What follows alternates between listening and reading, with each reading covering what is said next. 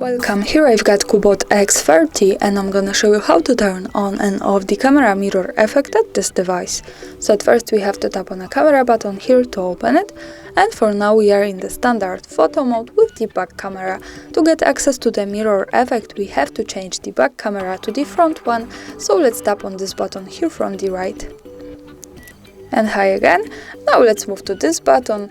When we tap on this we get access to more options we can manage, and let's pick this settings here so we can open the advanced camera settings.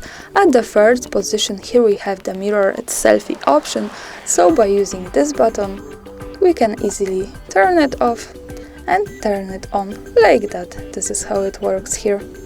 And that's all, thanks for watching, subscribe our channel and leave the thumbs up.